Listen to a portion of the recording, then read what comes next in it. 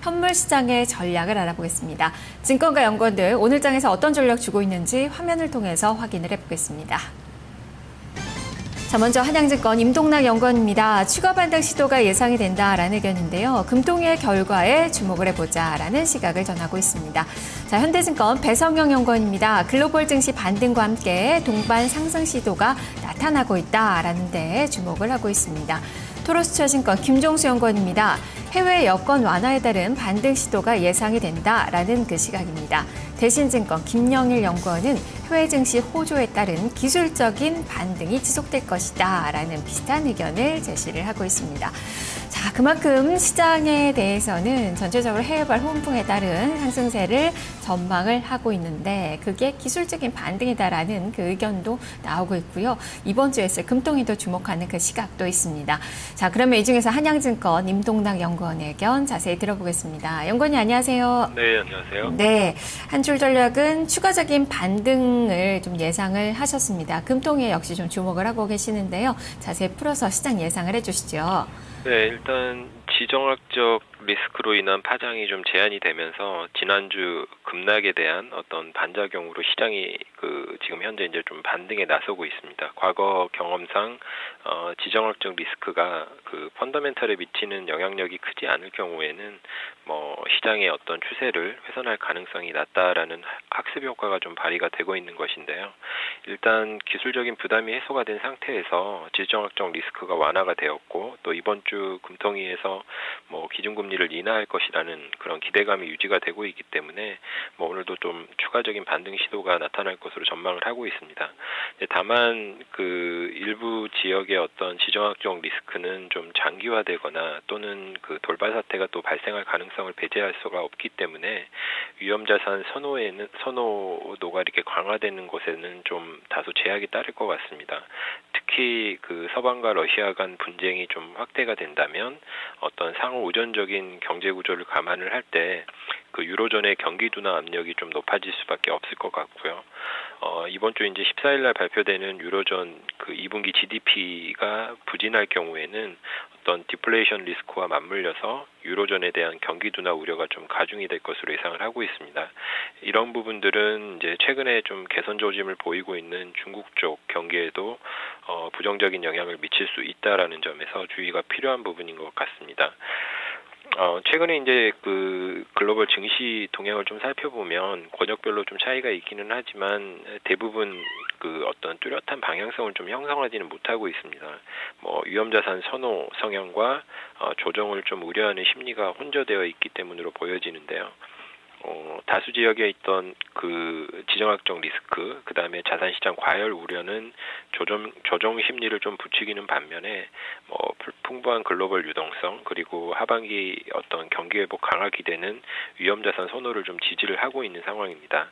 아직까지는 위험 선호 성향이 좀 상대적으로 우세하다고 보여지기 때문에 시장의 어떤 추세가 바뀔 가능성은 낮지만 대외 어떤 불안 요인들이 해소되지 못한 그런 상황들이고 또 내부적으로는 좀 상승 모멘텀도 잠시 약화가 될 그런 가능성들이 있기 때문에 반등의 어떤 눈높이는 좀 낮출 필요가 있을 것 같고요.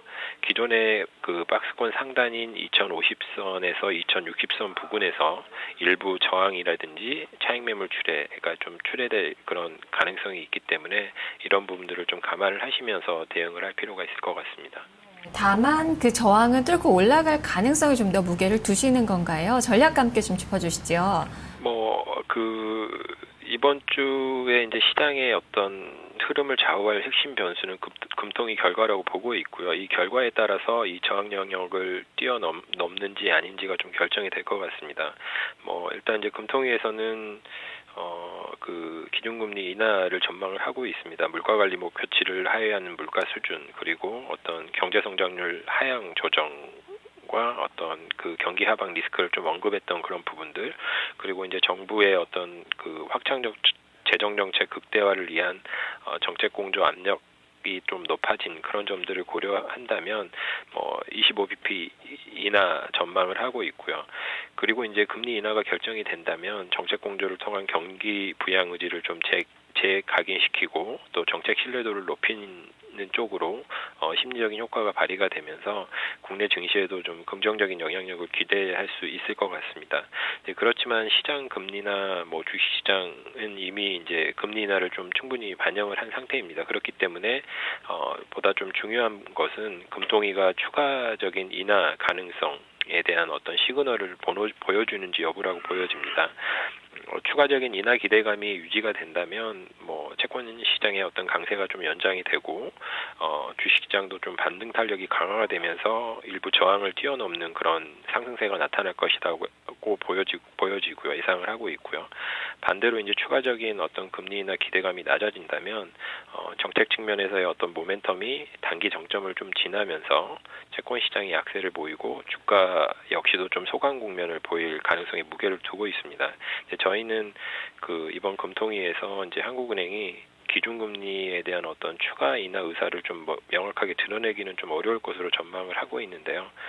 지난 7월 금통위에서도 현재 이제 금리 수준이 좀 완화적이라고 표명을 했고, 또 3% 중후반대의 어떤 성장률 전망과 현재 이제 2% 초반에 형성된 어떤 기준금리 간의 갭이 상당 부분 벌어져 있기 때문에 한국은행으로서는 이런 상황에 대한 좀 부작용을 좀 우려할 수밖에 없을 것 같습니다. 이처럼 금통위 결과에 대해서 아직까지는 좀 시장 반응이 엇갈릴 수밖에 없는 그런 부분들이 있고, 또 한편으로는 또 정책 모멘텀이 약화가 될 그런 가능성들도 상존하고 있기 때문에 일정 부분 자율 반등 이후에는 좀 상승 탄력이 약해지는 기관 조정 쪽에 좀 무게를 두고 있고요.